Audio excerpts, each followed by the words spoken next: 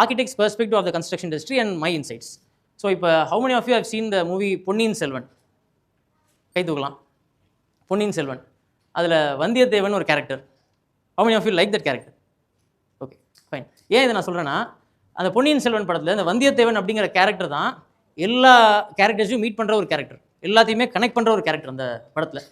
So even இந்த construction industry இது reality என்னன்னா, architect and the contractor are the two people who are involved in working with most of the professionals in the construction industry. So ஒரு painting contractor வந்து ஒரு flooring கான்ட்ராக்டரோட work பண்ணுறதுக்கான வாய்ப்பு இருக்காது, அதுக்கான தேவையும் இருக்காது.